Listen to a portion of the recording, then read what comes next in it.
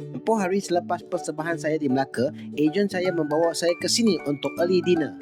Saya buat silap mata, tapi selepas tengok menu sini, mata saya pula silap. Kami order beberapa must try menu. Duduk kerusi belum panas, sambalah appetizer kami, seafood rojak dan juga fried chicken wings.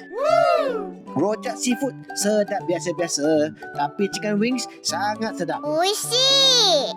Ini order saya, nasi lemak cumi pedas. Dalam bahasa Indonesia, cumi tu sotong. Ini saya sangat suka sebab nasi lemaknya ada my favourite, fucuk. Ini memang rare. Kepedasan dan aroma sambal sotongnya just nice. Ini kawan punya sate bambu Bali. Kombinasinya pelik sikit. Sate bersama spaghetti dan ayam goreng.